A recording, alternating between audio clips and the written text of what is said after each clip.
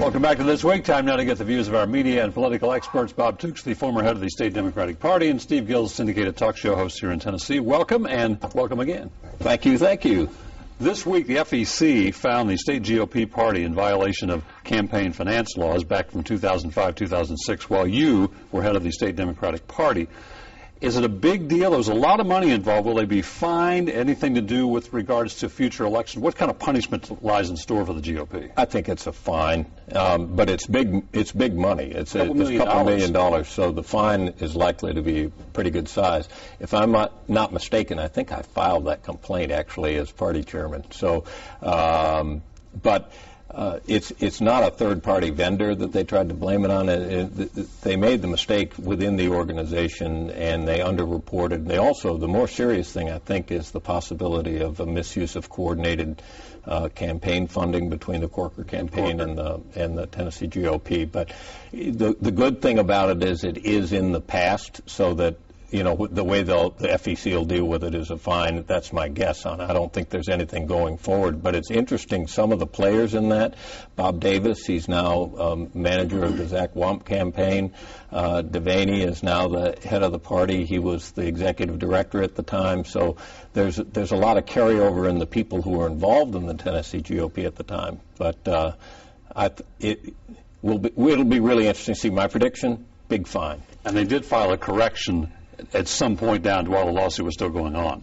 Yeah, it's unfortunate because it's a little bit like when you've got a coaching staff at a school that have moved on to another school when the sanctions come down. You're almost punishing folks who really weren't there at the time to have anything to do with it. And I'm not sure there's a better way to do the system. Right. But if you're hitting them hard in money, politics talk.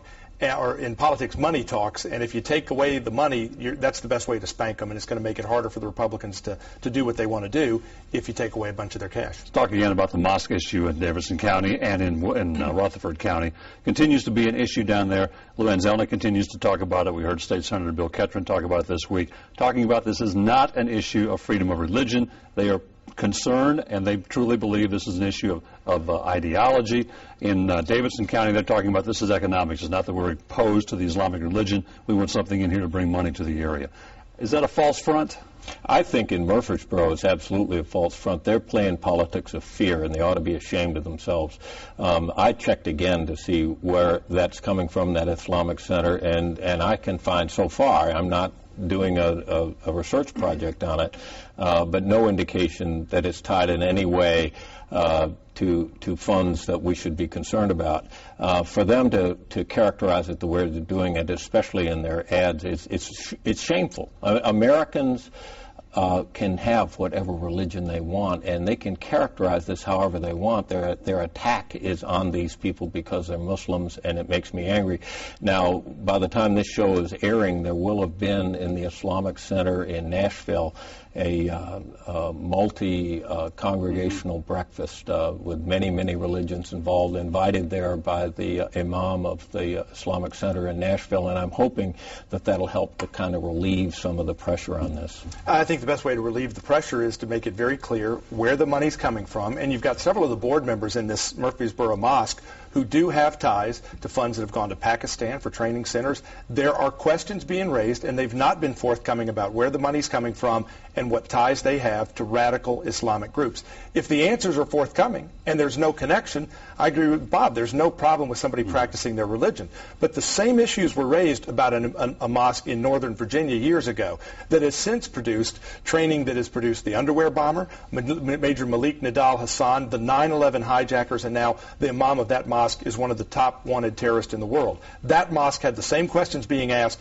that didn't get answered before they built it. We need to make sure the same thing doesn't happen here. Have we asked about presenting where the funding is coming from? Is it a public record issue or is it a private record issue? Well, it's private.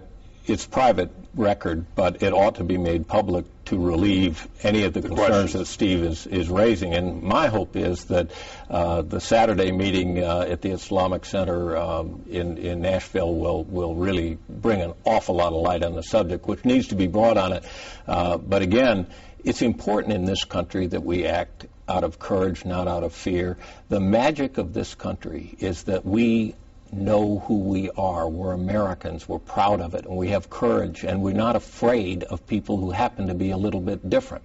And I'm tired, frankly, of some of these people, especially those that have spoken out so loudly in Murfreesboro, talking like that, having never done anything in their lives for their country.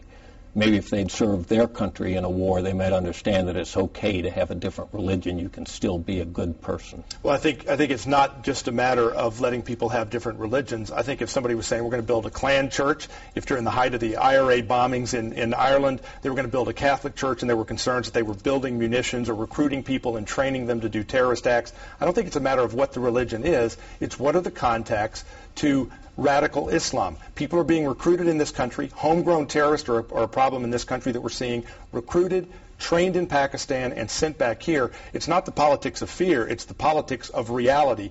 We face an enemy that is funding about 300 different mosques in this country through the North American Islamic Trust. We need to know if this is going to be one of them. Steve Gill, Bob Tuke, appreciate your insight and your time. Stay with us as we continue in a moment.